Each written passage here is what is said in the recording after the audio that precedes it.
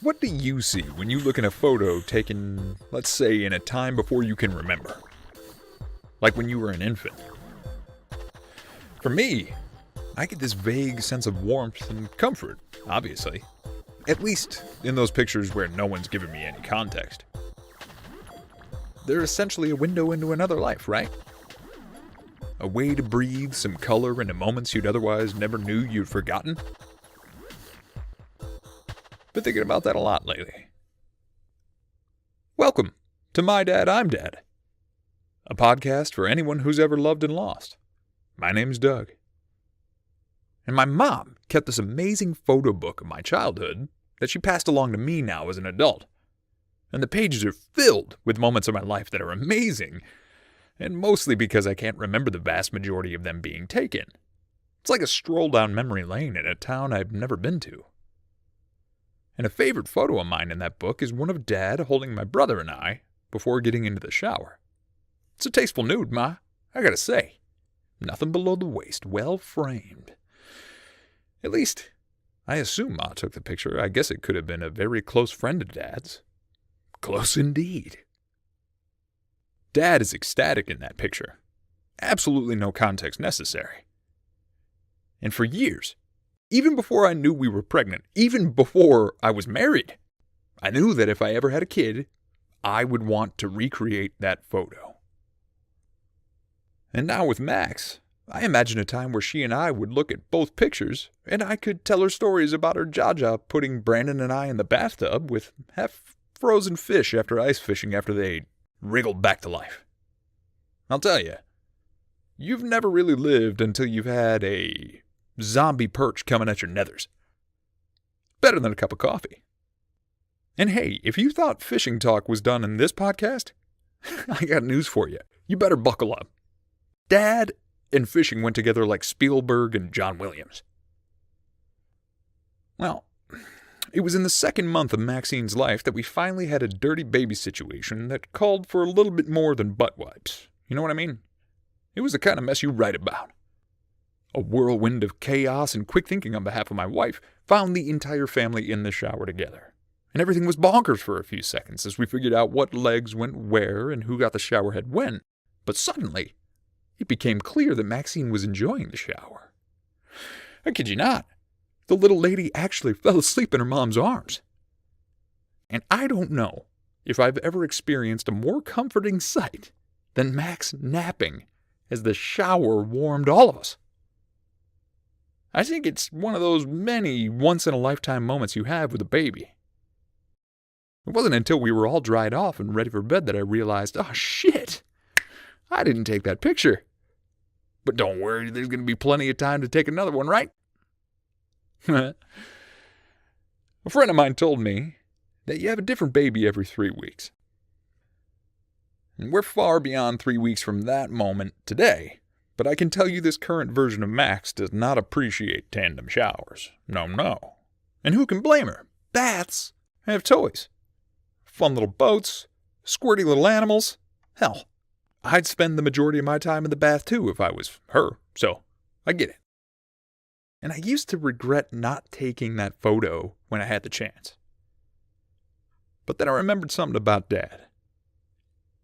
You guessed it. Story time. Wally Dorda was a man of persistence and ritual.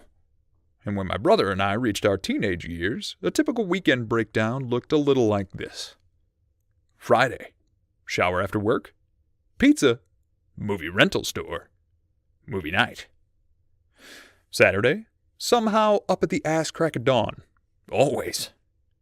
Yard work, then frivolity of any flavor, but most often with a pool cue in hand. Sunday, reading the Sunday paper. Remember those? Clipping relevant coupons from said paper, changing the oil in the vehicles, I swear. It seems like he did that all the time. Fishing, if time allowed, and a final flick with the family to close out the weekend. Of course, all this assumes we hadn't decided to go up north for the weekend. But those are stories for another time. And believe you me, they're worth it. There came one weekend where Dad read the paper on a Saturday, and he found something in the Best Buy circular that required my attention. Dog? Well, shit, I thought. That voice only meant one of three things. I was either in deep shit, I was about to see some shit, or we were getting into some shit. And lucky for me, into shit we were getting. I knew Dad liked to browse the papers, so I asked if he'd lend a hand looking for a deal on a video camera I wanted. Why? The internet wasn't like it is today. Circulars were basically how we browsed Amazon at the time.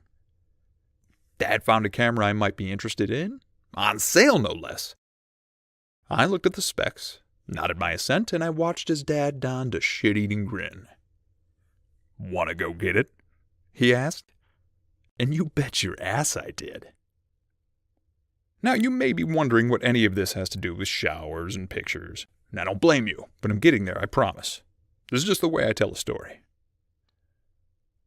Dad asked Mom if she wanted to come along for the ride, and we were off like a bat out of hell. And I was excited, man. You see, there was this magic in Best Buy days with Dad. A gleam in his eye. A mischief. This reverence for the opportunity to learn or acquire something new. He strode into that store like a fantasy novel hero about to find a faded sword. Or just listen to some badass home theater speakers in the demo section of the store. Either way, he couldn't get enough. I like to imagine as we walked into the store that day, we were in slow motion, set to When the Levee Breaks by Zeppelin. You're playing it in your head, aren't you?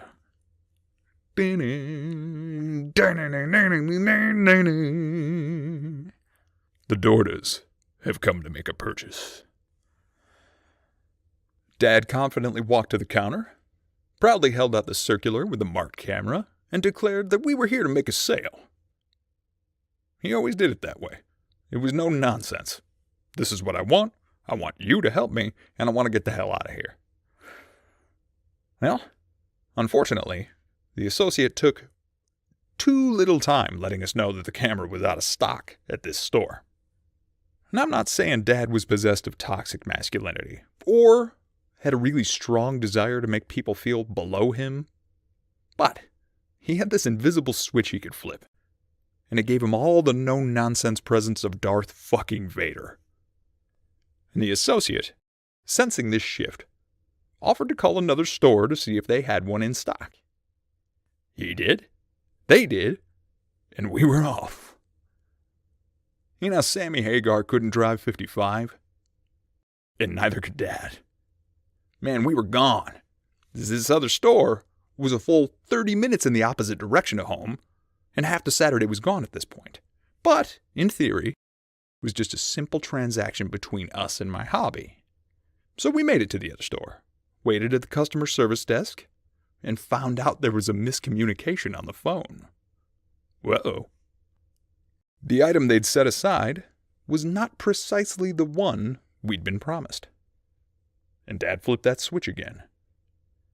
Long story short, Dad convinced the people from Best Buy to call Circuit City, a rival retailer, and see if they had it in stock and would hold it for us.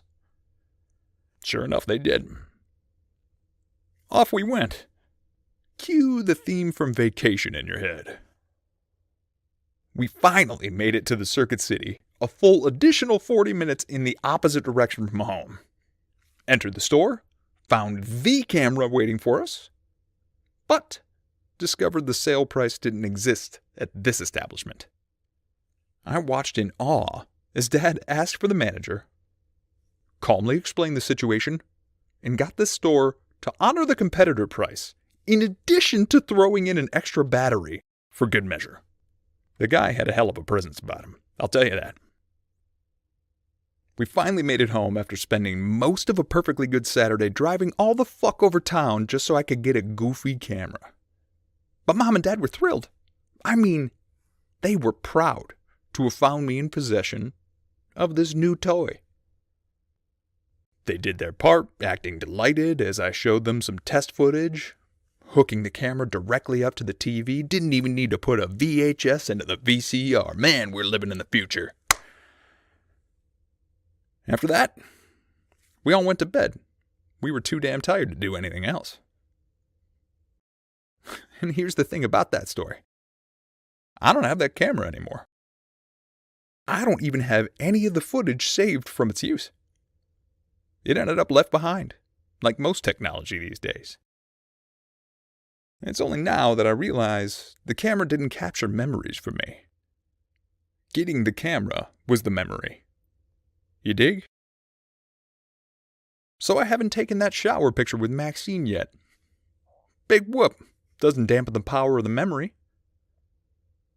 In fact, as I look in all those photos in my baby book, I notice Dad is most often in front of the camera.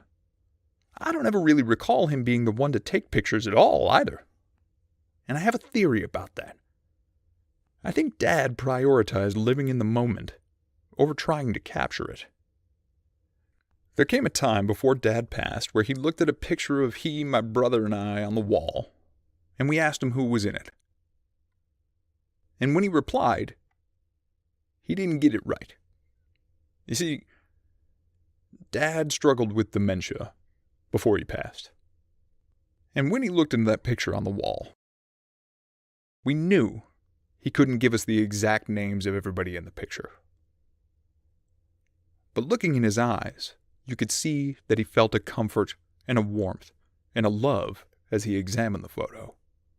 I like to imagine that as he looked at that picture, it's like he saw his favorite thing just through the wrong prescription glasses. He knew he loved it, just couldn't remember exactly what it was. So I don't know what story a picture tells you when you can't remember the context of it being taken. But I believe that if you live hard in the moment, in front of the camera, so to speak, you leave a mark on the world more prolific than a simple photograph. Thank you for listening to My Dad. I'm Dad. Subscribe for more episodes weekly as I reminisce, reflect, and attempt to blend the past into a hopeful future. If you'd like to be a guest on the show, or you have a story you'd like to tell, please email me at mdidpodcast@gmail.com or contact me on Facebook or Instagram at mdidpod. Thank you to Andy Bird for the use of the music in this podcast. Love you, Bird. To close out the week, here's a very often repeated phrase of my father's that I want everyone to keep in mind. If you asked Dad how he was doing, he'd look you dead in the eyes and he'd say, "Out of a 10, I feel like I'm about an 11, you know what I mean?" I think I know what he meant now. I think as he looked at you, he imagined any other place in the world that he could be.